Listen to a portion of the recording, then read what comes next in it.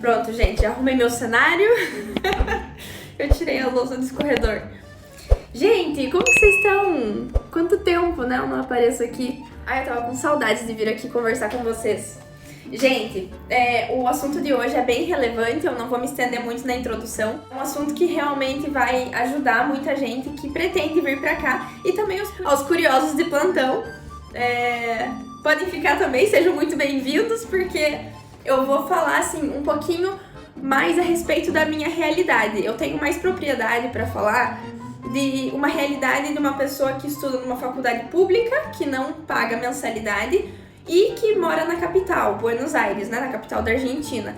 Portanto, o meu custo de vida com o aluguel é um pouquinho mais caro, né? Vou comentar com vocês que eu conheci uma menina que faz faculdade em La Plata, aqui na Argentina. Ela falou que lá o aluguel é uns 40% mais barato se comparado aqui a capital, a Buenos Aires. Então é uma coisa a ser colocada na ponta do lápis para quem pretende vir, porque isso faz muita diferença no fim do mês.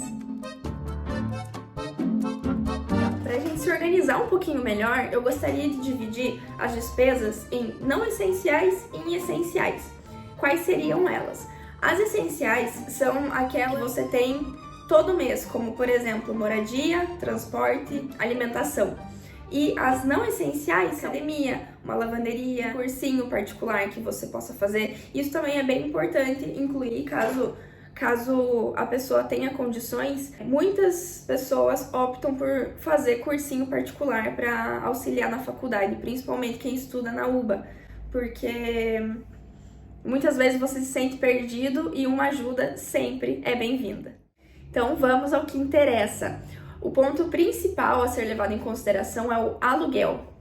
Eu já morei numa residência universitária feminina e lá eu gastava relativamente pouco se comparado agora onde eu tô, né? Porque agora eu tô no apartamento. Mas assim, eu tinha um bom conforto lá, era um quartinho privado com banheiro privado e uma cozinha privada também. A cozinha, a única coisa que não tinha era fogão, porque tinha uma cozinha comunitária lá onde você poderia cozinhar, mas eu tinha minha cozinha com frigobar, com como é o nome disso aqui? Com micro-ondas também, era muito bem equipada.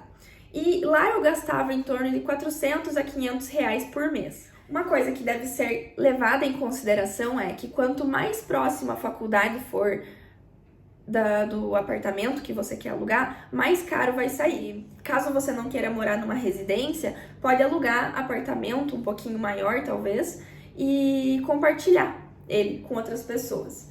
Então, vai da decisão de cada um. Muita gente, durante a pandemia, voltou para o seu país de origem para passar a pandemia ao lado da família e tal, e parou de alugar aqui. Agora que voltou a presencialidade das faculdades, o aluguel aumentou consideravelmente porque está tendo muita procura. Eles colocaram o preço lá em cima.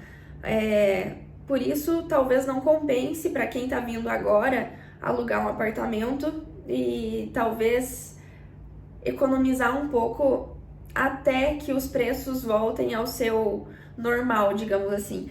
Porque, para vocês terem uma noção, a minha amiga aluga o apartamento por 60 mil pesos. Isso aí é equivalente a uns 1.500 reais.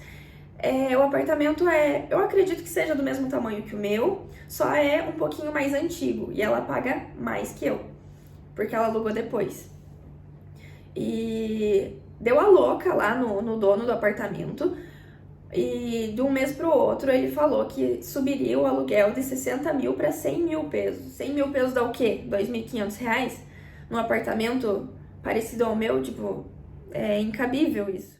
Um apartamento como o meu tá valendo, de aluguel, obviamente, né?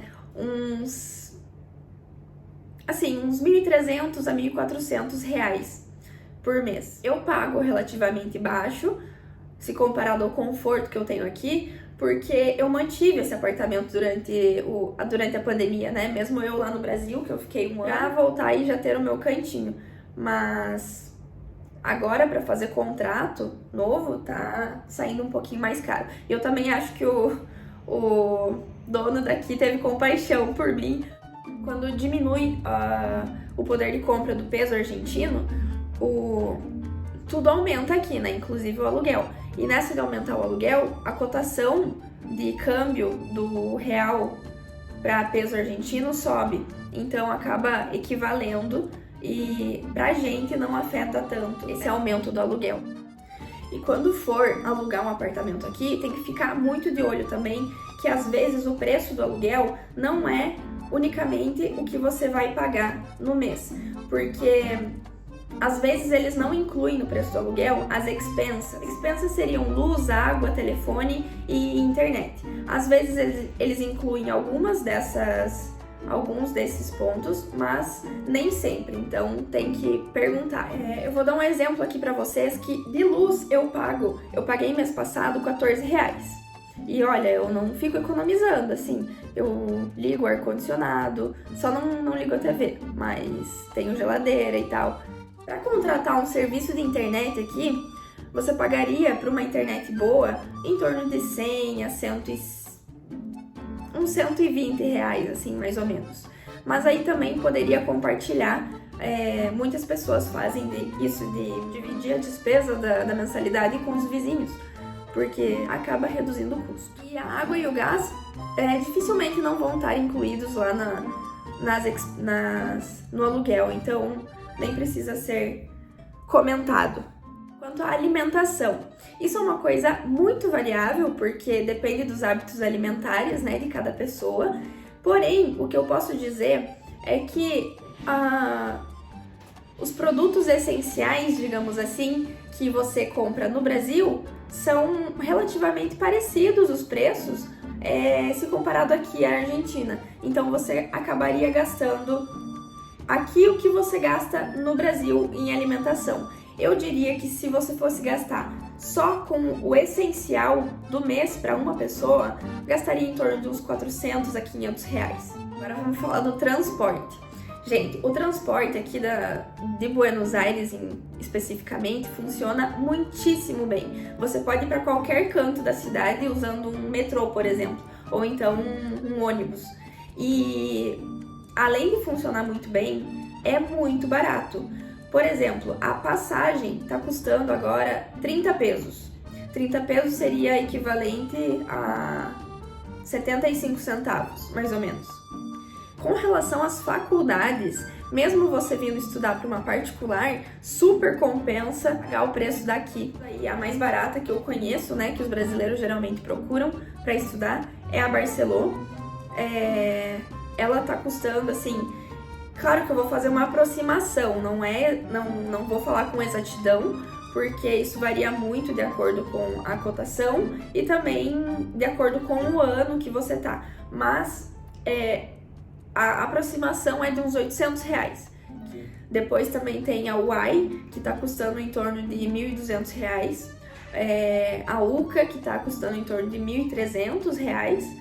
E a Austral, que é a melhor faculdade da Argentina, a melhor faculdade privada da Argentina, muito bem conceituada, tá custando em torno de R$2.500. E também, caso a pessoa não tenha condição, mesmo que seja para estudar numa faculdade pública, tem as becas. A beca serve para tanto faculdade pública como privada. Cada faculdade tem as suas especificações de como entrar, né, nessa ajuda. Aí teria que ver com a faculdade que você gostaria de estudar, como é o processo para você conseguir essa bolsa. Agora vamos aos gastos não essenciais. Quais seriam eles? A academia, por exemplo.